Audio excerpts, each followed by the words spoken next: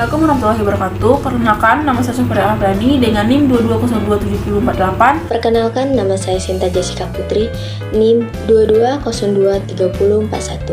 Perkenalkan, nama saya Septia Agraina dengan NIM 22023039. Perkenalkan, nama saya Sandi Melian Fajra. Perkenalkan, saya Sherly Jafreli, NIM 22023040. Saya Suci Ramayanti dengan NIM 22023042.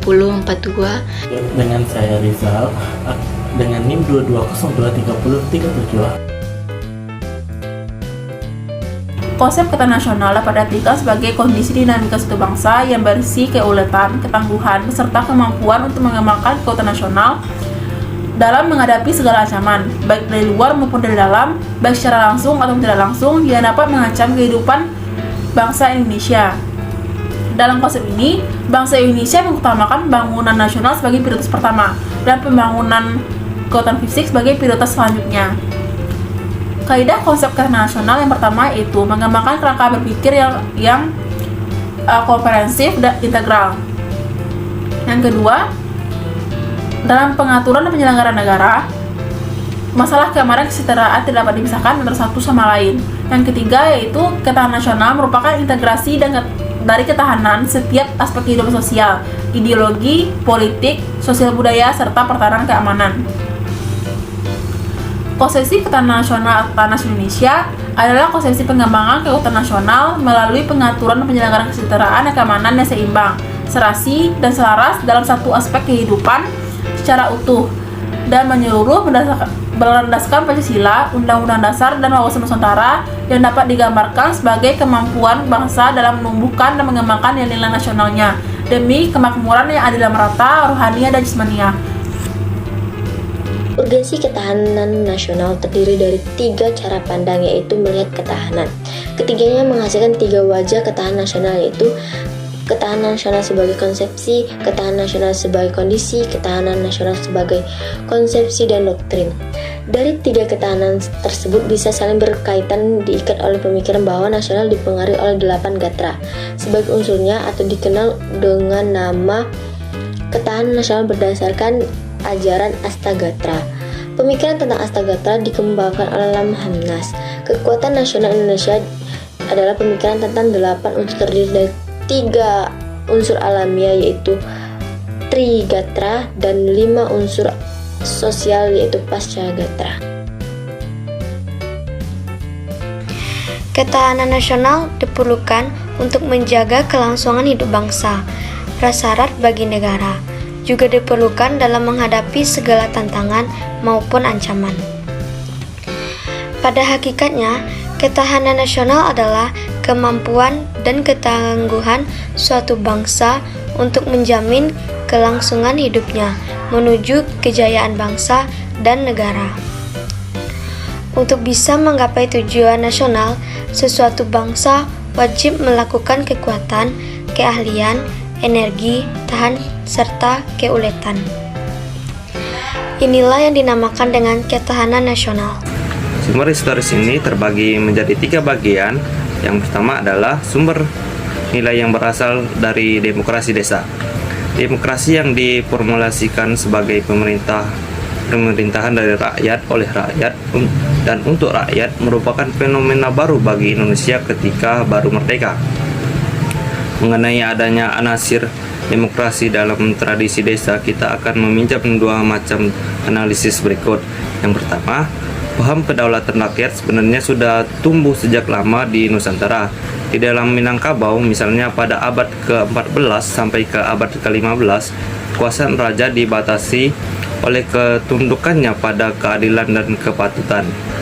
Yang kedua, tradisi demokrasi asli Nusantara tetap bertahan sekalipun di bawah kekuasaan feodalisme raja-raja Nusantara, karena di banyak tempat di Nusantara tanah sebagai faktor produksi yang penting tidaklah dikuasai oleh raja, melainkan dimiliki bersama oleh masyarakat desa. Karena memiliki bersama tanah desa ini, hasrat setiap orang untuk memanfaatkannya harus melalui persetujuan kaumnya. Yang kedua, sumber nilai yang berasal dari Islam. Nilai demokrasi yang berasal dari Islam bersumber dari akar teologisnya. Intinya, dari keyakinan Islam adalah pengakuannya pada ketuhanan yang Maha Esa. Dalam keyakinan ini hanya Tuhan satu-satunya wujud yang pasti. Semua selain Tuhan bersifat nisbi, belaka. Prinsip tauhid adalah paham bersamaan manusia di hadapan Tuhan yang melarang adanya perendahan martabat dan pemaksaan kehendak antara sesama manusia. Yang ketiga, nilai yang berasal dari Barat. Masyarakat Barat atau Eropa mempunyai akar demokrasi yang panjang. Pusat pertumbuhan demokrasi terpenting di Yunani adalah kota Athena, yang sering dirujuk sebagai contoh pelaksanaan demokrasi partisipatif dalam negara kota sekitar abad 5 sebelum Masehi.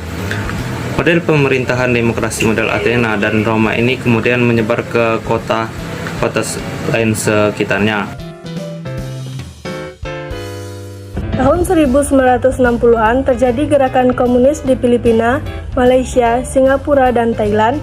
Bahkan gerakan komunis Indonesia mengadakan pemberontakan pada 30 September 1965, namun akhirnya dapat diatasi.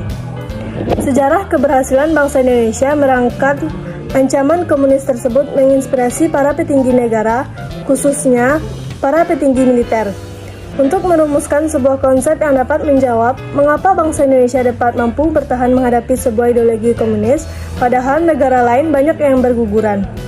Pemikiran Lemhanas tahun 1968 ini selanjutnya mendapatkan kemajuan konseptual berupa ditemukannya unsur-unsur dari tata kehidupan nasional yang berupa ideologi, politik, ekonomi, sosial, dan militer. Kemudian pada tahun 1969, lahirlah istilah ketahanan nasional. Pada tahun 1973, secara resmi konsep ketahanan nasional dimasukkan ke dalam GBHN. Ketahanan nasional bermula dari ancaman setelah Perang Dingin antara budaya dan kebangsaan. Inti ketahanan nasional pada dasarnya berada pada tataran mentalitas bangsa Indonesia sendiri dalam menghadapi dinamika masyarakatnya itu sendiri. Dengan berdasarkan pengertian ketahanan nasional sebagai kondisi dinamik bangsa yang ulet dan tangguh dalam menghadapi berbagai ancaman, maka konsep inilah tetaplah relevan untuk dijadikan kajian ilmiah. Hal ini disebabkan bentuk ancaman di era modern semakin luas dan kompleks. Bahkan ancaman yang sifatnya non-fisik dan non-militer banyak dan secara pasif amat mempengaruhi kondisi ketahanan nasional. Ketahanan nasional relevan sebagai kekuatan penangkapan dalam suasana sekarang maupun nanti.